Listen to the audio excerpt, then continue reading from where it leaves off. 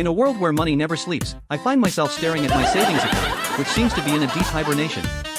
It's as if my bank account has adopted the lifestyle of a sloth, lazy, and completely uninterested in growth. Every month, I watch as my paycheck comes in, and then like magic, it disappears faster than a magician's rabbit. I like to think of my money as a rebellious teenager, always running off to buy the latest gadgets instead of saving for college.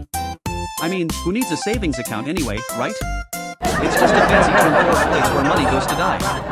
I recently read a financial advice book that said to treat your savings like a pet, but my savings account seems more like a pet rock, completely inert and lifeless. I tried to give my savings account a pep talk, explaining that it could grow into something beautiful, but it just stared back at me as if to say, yeah, right.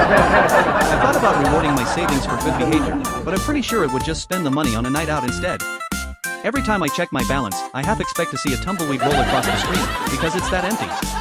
I asked my friend for advice on saving money, and he told me to pay myself first. So, I tried it. I paid myself a nice dinner, a new pair of shoes, and a movie ticket, and suddenly, my wallet was on a diet. It's not that I don't want to save, it's just that every time I think about putting money away, my stomach growls like a bear waking up from a long nap. I mean, have you ever tried explaining to your stomach that saving money is important?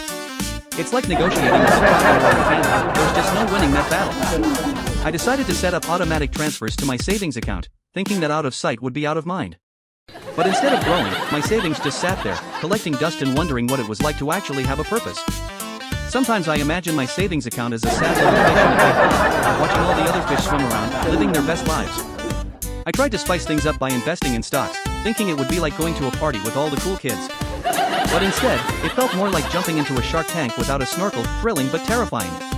I envisioned my investments growing like a beanstalk, reaching for the sky, but instead, they just withered like a forgotten houseplant. I even considered making a savings goal chart, but my creativity ran dry when I realized the only thing I could draw was a sad face. At this point, my savings account should come with a warning label, caution, may cause extreme disappointment. I keep telling myself that one day I'll get serious about saving, but then I remember how much I love brunch. There's just something about avocado toast that feels like a worthy investment, even if my savings account disagrees. I tried to convince myself that budgeting would help, but my budget spreadsheet looked more like a horror movie than a financial plan. Every time I opened it, I half expected a ghost to pop out and say, "You're broke." My friends joke that I should start a support group for people whose savings accounts are on life support. We could call it Savings Survivors, a place where we share our tales of woe and bond over empty bank statements. But deep down, I know that one day, I'll wake up and my savings account will spring to life, ready to party. Until then, I'll just keep dreaming of the day when my money finally decides to stop sleeping and start working. After all, if money doesn't sleep, why should I let my savings account take a nap?